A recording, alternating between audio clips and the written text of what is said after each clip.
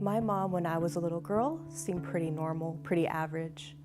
But when I turned about age 11, it seemed like something had changed in my house. I would come home from school and I wouldn't know what kind of mom I would have. Would I have a pleasant mom? Would I have a mother that would be ready to tell me all of my failures? And it began many years of my mother telling me how worthless I was. I can remember coming home from school and there it was, why don't you just drop dead?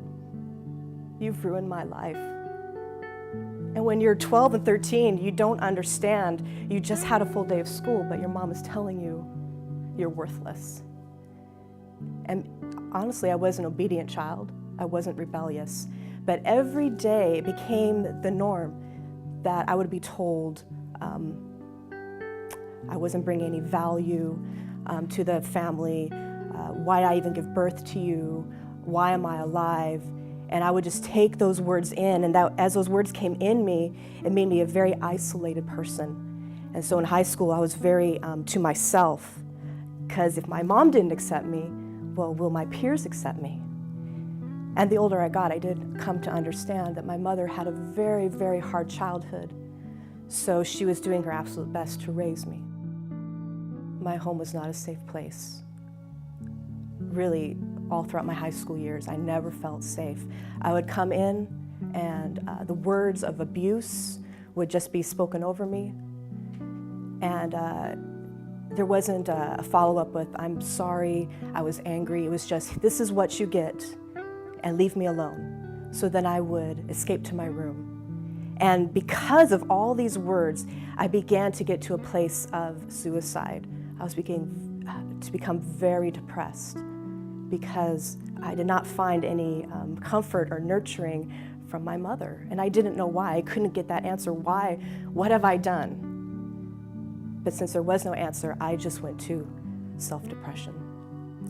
So in those years of high school when the abuse was really severe, I did deal with hatred. I hated my mom. I hated my dad for not stopping it. But then, ultimately, I began to hate God because I did believe there was a God. I went to church on Sunday, but I didn't understand why would God give me such hurtful parents. So if that was my expression of love, well, then maybe God is the same way. My mother wounds actually followed me outside of turning 18. You're going to college, you have a new life, but I found myself in groups of people because of all the words of you're worthless and who's going to want to be your friend. I actually began to isolate, and I would be kind of that odd person in the group because I was always thinking, you're going to reject me.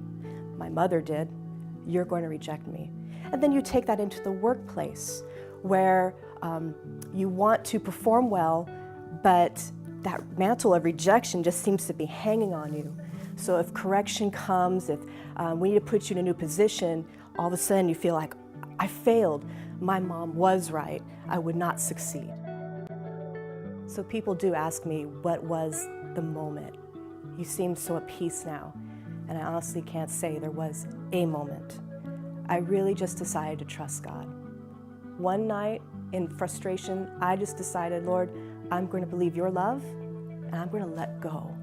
And I let go. And since then, that's been almost 10 years ago. And I actually have completely forgiven my mother. There's no even a little bit of anger. What's done is done. And I do have an understanding she was reacting out of her hurt. And she has had her own encounter with Jesus.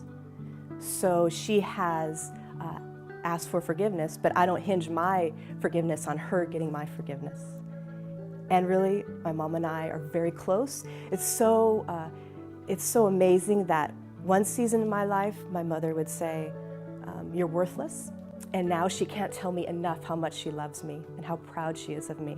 And that's a total testimony of Jesus' power. Now, does every relationship end like that? No, that's just what happened to me. But God is a redeeming God.